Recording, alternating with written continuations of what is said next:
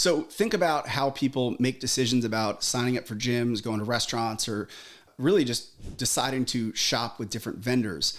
They typically look for reviews and testimonials. So when you go on Google, typically the place with the best reviews or the most reviews, that's the person or the thing that you're going to look to first and foremost.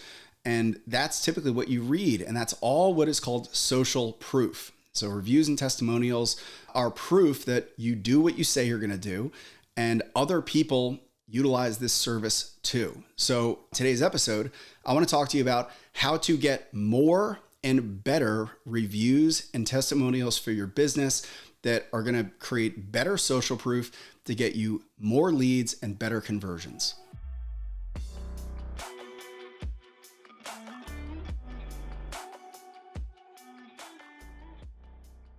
Hey, real quick, guys, I'll be speaking at the Underground Strength Con November 15th and 16th at Varsity House Gym in New Jersey. If you are a coach or gym owner, really anybody that wants to grow in your career in the fitness industry, I highly recommend you attend. The keynote speaker is Joe DeSena. Of course, Zach Avanesh, the founder of the Underground Strength Gym. It's going to be a great event, and I'll see you at the Underground Strength Con November 15th and 16th. Let's get back to the podcast. To start it off, let's talk about getting reviews for your business. So the first thing is, I fucking hate Yelp. I think Yelp is a complete waste of time. They were sued a bunch of times for basically lying about some of the services that they were using. And I can't remember exactly what the issue was, but if you got a bad Yelp review, you could basically pay for it to go away, which is highly not legal to do. So Yelp is trash. It used to be, probably 10, 15 years ago, everybody thought Yelp was like the best place to get reviews. Nowadays, I think it's totally trash. The two places that you want to focus on are Google and Facebook. At least for us in the fitness industry, those have been the two places that we've seen the best results with getting reviews from clients. So let's talk about reviews. So when should you ask for reviews? So my take is you should ask as early as possible. So when you think about a restaurant or other places that get reviews, it's typically after the first time. They don't wait for somebody to attend their restaurant 10 times before writing a review. You want to hit them as early as you can when they're the most excited and they're, floating on that high of, experiencing a gym that they love for the first time. That's when you want to hit them. So typically, whenever somebody signs up for a gym membership or maybe completes their first week of training, that's when we want to hit them with a review request. There's CRM systems that you can do this with that I think automated asks don't produce a ton of effectiveness. I mean, you're going to get people that do them, but the thing is, especially with Google, they do make it a little difficult to write a review. You've got to be logged into your Google Drive account or your Google account. That's kind of a friction point for a lot of people, is if they're not logged in, they have to log in and they have to jump through all these hoops just to be able to write that review. So that's why, sometimes just a text message or email ask doesn't get the best response rate. So I think asking in person is the best, but you also want to hit them from all angles. So build into your CRM system, if you have one, a review ask via text and email within their first week of membership, right? Maybe not the first day, maybe not, if they come in for one trial, but within their first week, you want to ask for a review via text and email. Now, what's important is you can also set up in your CRM, if they don't do a review, meaning if they don't click the link or if they don't go to whatever place you send them to, you ask again, maybe in the next week or the next 2 weeks, right? You should be pretty consistent with how many times you ask until they write you a review. So that's all on the digital side.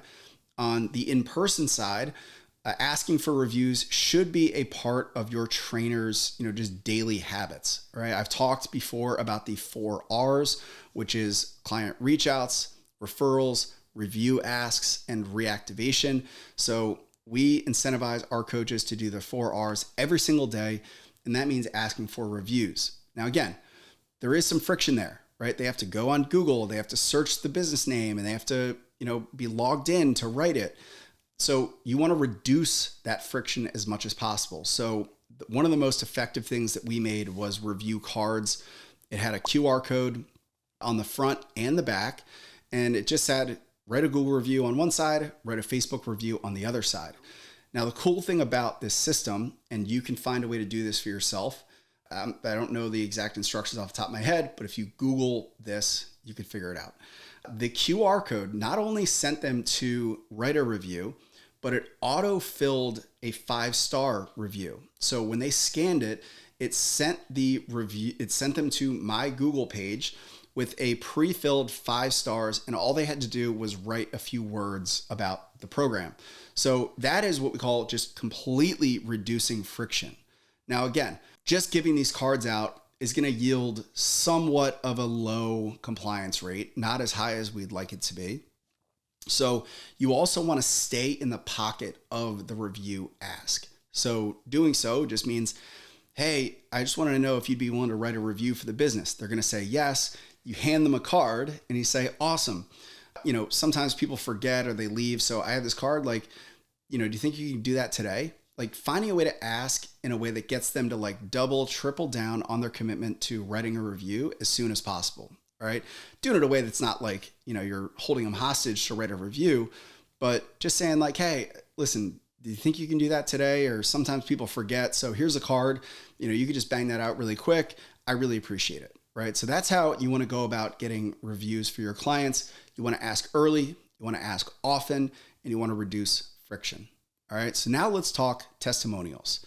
So there's a few elements of testimonials that I'm going to talk about. So testimonials are the second way people go and make buying decisions. They want to see that other people that look like me or have my background saw success in this program. So reviews are a form of testimonial, but you also want to consider photo, written, and video testimonials.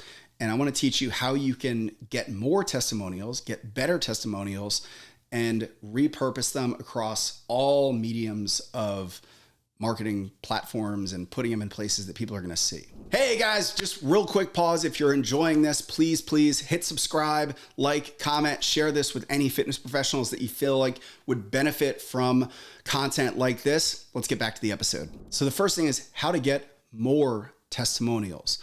So the first thing is you want to be asking for testimonials on a very regular basis.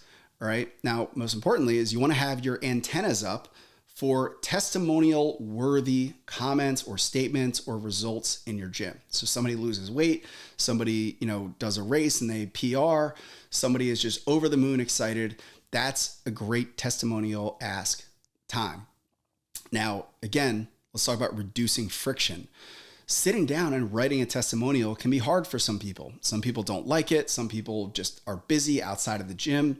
So a lot of times what I'll do is whenever I hear about a testimonial worthy event or somebody PR'd, somebody lost weight, somebody was really happy, I'll reach out to them and acknowledge them and say, hey, I'm so proud of you. I heard that you hit X goal. That's amazing. And I'm just so proud to be a part of that. Do you mind if I share that as a testimonial? Because I believe it'll inspire other people. And they're always going to say yes. And typically, what I'll do is I will write the testimonial for them. So I won't wait for them to send it back because it's less likely to happen because they're busy. And I won't wait for them to do it on the other side because it's usually not very good, right? A lot of times, especially in gyms, people will start the testimonial with like, on my first day, I wanted to die, or I thought I was, I threw up after my first workout, and they don't mean any harm by it, but that's not a very good way to start a testimonial because other people don't want to experience that. They don't want to walk the line of almost dying or throwing up publicly. So I will typically write the testimonial for them and I will send it to them for approval. Not only am I going to write the best testimonial, number two, I'm saving them time and energy and effort, and they don't really give a shit. They just feel good about helping me out, and they just gonna sign off on whatever I write. So the way that works is if somebody sees an amazing result, they lose 50 pounds, they PR in a race, I'm just gonna write it for them. And I'm gonna say, I just, hit my 50-pound weight loss goal at Gage. When I joined, I had never been a part of a gym before, and I'm so happy to have found my gym. And I'll put it in quotes and I'll send them an email and say, hey, I wrote this up based on our conversation. Let me know and I can share this as like a testimonial. 99.9 times out of 10, they are just going to be like, yeah, that sounds great. And they're just going to say, send it. I don't think I've ever gotten somebody that was like, no, I didn't say that. Because again, I'm doing this all based on actual conversations and things that they're saying. So if it's an in-person conversation, you can just do it that way. If it's an email and they send you a rave email, you just copy what they wrote, put it into a testimonial graphic and send it to them and be like, oh my God, I was so impressed. Do you mind if I share this? This is what you said and it's already done. They'd be like, yeah, of course, right? Maybe they want to stay anonymous, but usually not. So that's how you can get more testimonials, is keeping your antennas up for testimonial worthy comments or statements or just things that are going on in your gym that are inspiring. Number two is typically you want to write it for them so that it saves them time. You don't have to wait for them to get back to you with a bad testimonial potentially. And number three is you just do it, send it to them and ask if it's okay if you share it. All right. So that's how you can get more testimonials. So how do you get better testimonials? So I think video testimonials are some of the absolute best ones that you can get. One of the best things that happened to my business was my video guy, Matt Simmons, kind of taking the reign on that. And every single person that we would refer, he would reach out to them about setting up a time to do a video testimonial. And that's been incredibly effective because kind of it outsources it. A lot of our clients, if you're in the over 40 fat loss market like us, don't love being on video. So they get kind of awkward or uncomfortable. Sometimes having a third party do it is very effective. All right. So video testimonials are always going to be the best type of testimonials. And you want to come up with a series of questions. Typically you say, where were you before you joined this gym? What was it that inspired you to join? What was it like on your first day? Give me, kind of a bullet sheet of the results that you've gotten training here or the benefits that you've seen. And then what would you tell somebody that was in your shoes, that was thinking about joining the gym, about coming in, right? So that framework usually leads to like an amazing testimonial.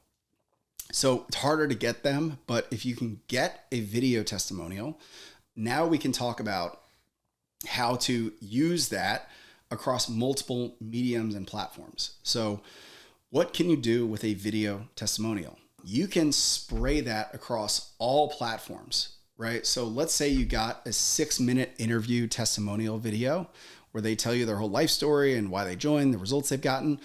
You can turn that into, 20, 30-second clips from that testimonial and share all of them as YouTube Shorts, Instagram Reels, Facebook Stories. So you got one long form content.